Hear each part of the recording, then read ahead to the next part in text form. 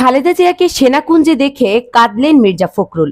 সশস্ত্র বাহিনী দিবস উপলক্ষে সেনাকুঞ্জে আয়োজিত সংবর্ধনা অনুষ্ঠানে সাবেক প্রধানমন্ত্রী ও বিএনপি চেয়ারপারসন খালেদা জিয়াকে দেখেই কেঁদে ফেলেন দলটির মহাসচিব মির্জা ফখরুল ইসলাম আলমগীর। মূলত প্রায় ৬ বছর পর বাইরে খালেদা জিয়াকে কোনো অনুষ্ঠানে দেখেই আবেগে আপ্লুত হয়ে পড়েন মির্জা ফখরুল। পরে তিনি সাংবাদিকদের বলেন, সেনাকুঞ্জে আয়োজিত সংবর্ধনা অনুষ্ঠানে সাবেক প্রধানমন্ত্রী ও বিএনপি চেয়ারপারসন খালেদা জিয়াকে যে সম্মান জানিয়েছে তাতে গোটা জাতি আজ আনন্দিত। মির্জা ফখরুল বলেন, খালেদা জিয়া এদেশের জন্য তার জীবনের সবচেয়ে বড় সময়টা দিয়ে দিয়েছেন, গণতন্ত্রের জন্য, স্বাধীন সার্বভৌমত্বের জন্য। দীর্ঘ ১২ বছর ধরে পরিকল্পিতভাবে সবচেয়ে দেশপ্রেমিক বাহিনী, সেনাবাহিনী ও সশস্ত্র বাহিনীকে তার থেকে দূরে করে রাখা হয়েছে।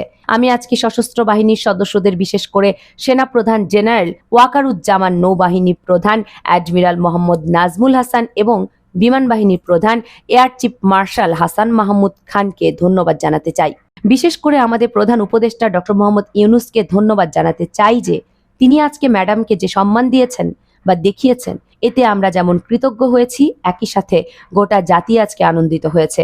এর আগে বিএনপি চেয়ারপারসন খালেদা জিয়া সশস্ত্র বাহিনী দিবস উপলক্ষে সংবর্ধনা অনুষ্ঠানে বেলা ৩টা ৩৫ ঢাকা সেনানিবাসের সেনাকুঞ্জে পৌঁছান। প্রত্যক্ষদর্শীরা জানিয়েছেন, খালেদা জিয়া সেনাকুঞ্জে পৌঁছালে সেনাপ্রধান জেনারেল ওয়াকারুজ্জামান, নৌবাহিনীর প্রধান অ্যাডমিরাল মোহাম্মদ নাজমুল হাসান এবং বিমান বাহিনীর প্রধান air chief marshal Hasan Mahmud Khan তাকে অভ্যর্থনা জানান। এর আগে বেলা ৩:৩০টার দিকে খালেদা জিয়া গুলশানের বাসভবন ফিরোজা থেকে সেনাকুঞ্জের সংবর্ধনা অনুষ্ঠানের উদ্দেশ্যে রওনা হন। এ সময় ছোট ছেলে প্রয়াত আরাফাত রহমান কোকুর স্ত্রী শর্মিলা রহমান তার সাথে ছিলেন।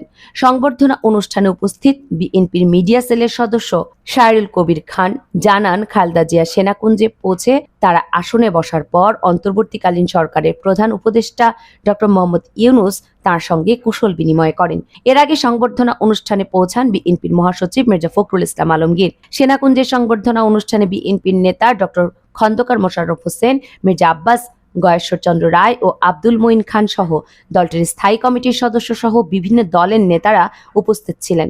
এবার সশস্ত্র বাহিনী দিবস উপলক্ষে বিএনপি চেয়ারপারসনের খালেদা জিয়ার ভারপ্রাপ্ত চেয়ারম্যান তারেক রহমান, মহাসচিব মির্জা ফখরুল ইসলাম আলমগীর সহ দলটির ২৬ নেতাকে সেনাকুঞ্জে আমন্ত্রণ জানানো হয়। কামরুন নাহার, রাখি, কেএনআর মিডিয়া।